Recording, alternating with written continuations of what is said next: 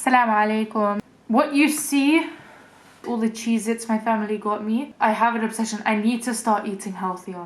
In today's video, so today I'm making salat al-dibba, which in English is known as potato salad. I have so many potatoes I need to use. Okay, today's topic of discussion is hijab and how does one maintain it? And how do you keep it on? How do you start wearing it? How do you adhere to it properly? You know, that kind of stuff. I wish I could also give advice and nasiha to the men, but I'm a woman, so take this as you will as a man and how you can. Carrots la reducere. If it's safe to eat potatoes with sprouts. Hey Siri, is it safe to eat potatoes with a little bit of sprout? I guess so. Let's start from the very beginning, which is how does one get motivated to start observing the hijab? This is what worked for me right in the beginning. Not with hijab itself, but with the niqab. Who you follow on your social media, it matters a lot.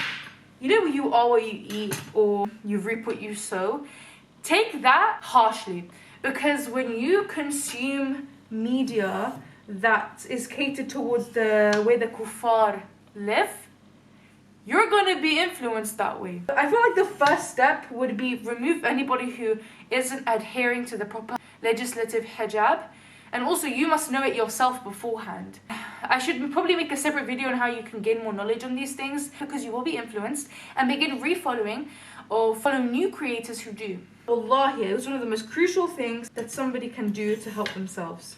And I think when you do this, it allows you to have this window of motivation, which essentially is what drives you to put it on. However, I advise not to go based off of motivation, because nobody has ever been able to fulfill a goal based on motivation. It's always been discipline, because motivation wears off, whereas discipline is a skill that you have to build and a habit that you create. And what do I mean by habit that you create? It means that you become more resilient to things, and that's essentially what you want to do. When you study the conditions of hijab, study as well alongside it the rewards that come with it, as well as the punishments that come with it.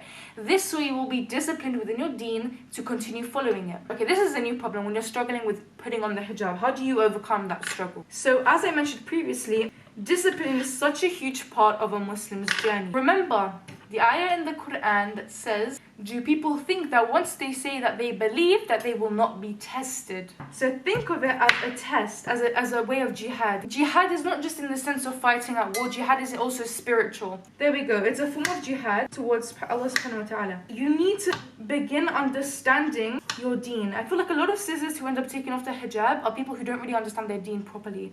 Unfortunately, we've seen on TikTok as well that a lot of sisters have been removing the hijab, and you will see that a lot of the time there will be creators who do tabarruj, or creators that do things that are not necessarily within the Islamic boundaries. This should probably ring alarm bells. Unfollow those creators, or take a break from TikTok and Instagram, whatever. Touch some grass, get in touch with what's around you, get in touch with your religion, spend more time on your deen. I mean, let's say you're alone and you don't really have physical people around you to be able to help you, maybe you're a reaver or whatnot.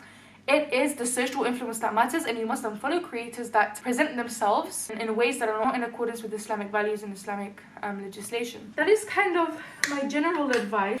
To be honest, the way I've just explained it right now makes it is easier said than done. Everything Islam, it targets every part of you. It targets not only you spiritually, it also targets you health-wise. It targets you in so many different aspects. In order for you to reach, let's say, the best version of yourself, it takes such a lot of discipline, and I think that's what a lot of sisters, especially, they are missing in their religion. It's that discipline, because they go by motivation alone. Let's go to my TikTok page. I have responded to a few sisters, one in particular, who claimed that she left the religion because she couldn't do so and so, and that only Allah can judge, or something like this. This is such a falsity and a misguidance that only the person who doesn't study their deen would make such a claim. This is why seeking knowledge is like such an essential foundation of Islam. It's also upon you as a Muslim to study your religion. You'll find that the sisters who adhere to the proper hijab and who tend to adhere to Quran and Sunnah in the most firm way, they tend to be sisters who seek knowledge.